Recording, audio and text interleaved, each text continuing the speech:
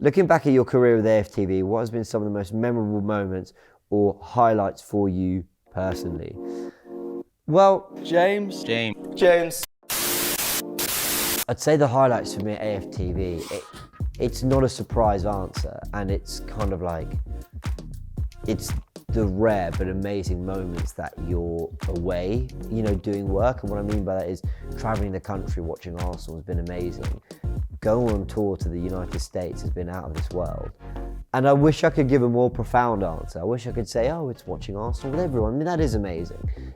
Carrying out my love for this club in my work every day has been utterly amazing. I'm very lucky to be doing what I'm doing. But the very honest answer is going, you know, abroad and going away. And the reason that's so special when you're there is actually realizing how many people around the world are watching your content, how many people you reach via platforms like YouTube. And I think we live in this world where, you know, if you try watch your favorite apps when, you know, or TV streaming services when you go abroad, you can't, and then the VPNs get involved, whatever. We live in this world where YouTube, you can watch all around the world, and the reach is phenomenal. Like the scope and scale is unbelievable, and people around the world are tuning into what you do. And I've just felt that most when I've been abroad, because people that are a 10-hour flight away are coming up to you going, you don't know me, but I know you, and I love what you do. And that's very flattering. That means the world. And then you go one further when someone goes, hey, I'm blah, blah, blah, and I've been sending in super chats. You go, oh, you're the guy I've been talking to all this time. And sometimes we interview fans via, you know, our full-time fan zone technology, where people, you know, can call in, you know, via video, electronically, or whatever, and you meet them then in person, and you're going, oh my word, like, this is how far away you are, yet you feel so kind of so close. Like, it's those little things that when you do the tours and you go away, it's a very like humbling and special moment.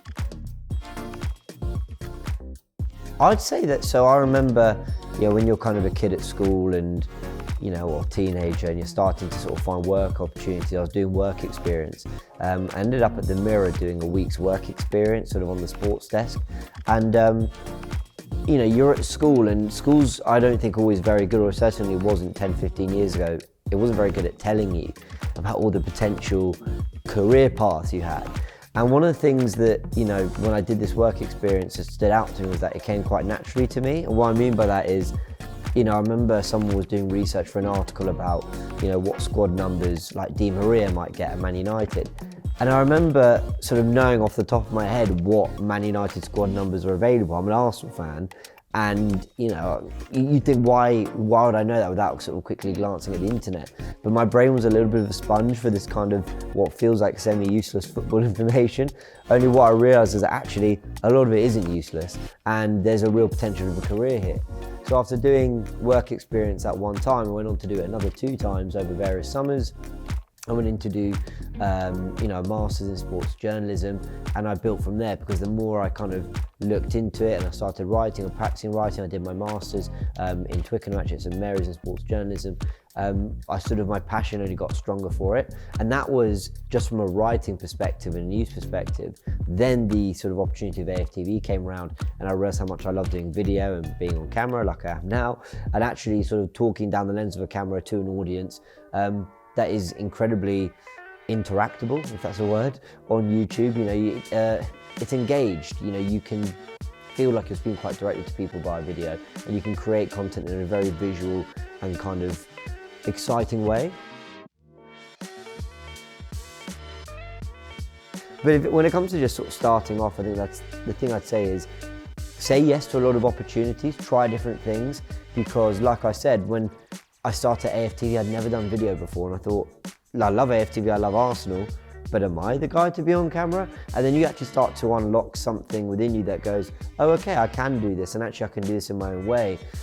So when I sort of started, forget even AFTV, when I went into writing for the first time, you know, I was doing a lot of free writing. Like, I wasn't getting paid for it, but I was just loving that my articles were getting published somewhere, and I had an editor looking over them, giving some advice, giving some tips, and I was improving. And along my education, doing my master's, you know, I was just getting a lot of practice, and practice is the best way. Publish, create, do your work and get it out there. And if you're not kind of getting, you're not getting anything monetary in return for it, You just want to be getting in that cycle of creating content and practicing.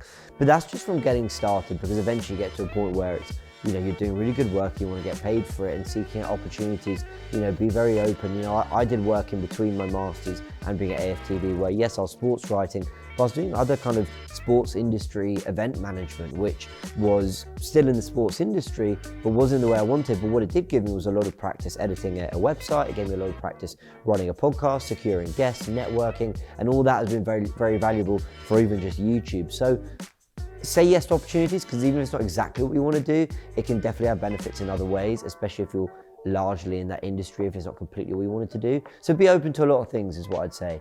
Then the second thing, if we're talking kind of more specifically in terms of YouTube, and we're talking in terms of creating content and getting out there and how to maximize what you're creating.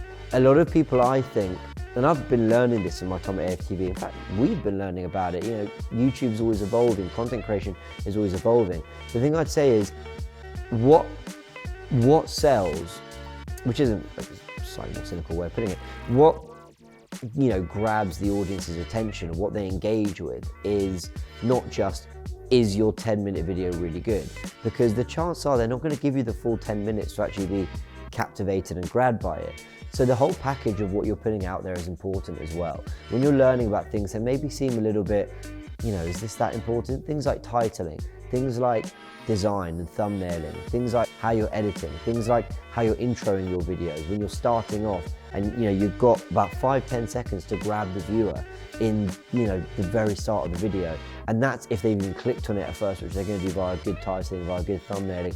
This kind of stuff is really important. So you can have the best video and the best content in the world packaged in a fantastic 10 minutes, but you've also got to earn the click of that viewer. You also got to earn their attention. You've got to grab it, and then you need to keep them. And all that is part of the package of your overall video and your content you're putting out there that I think sometimes gets a little bit overlooked. And I can, quite honestly say that I ignored that a lot of the time when I was making my own content for YouTube or I was uploading on AFTV. I wouldn't always give as much thought to those kind of things, but recently I've certainly learned the value of that kind of stuff. So don't ignore any of that. It's very important when you're creating content, whether it's written, video, podcast, whatever. How you package it, how you deliver it, how you advertise it is important as well.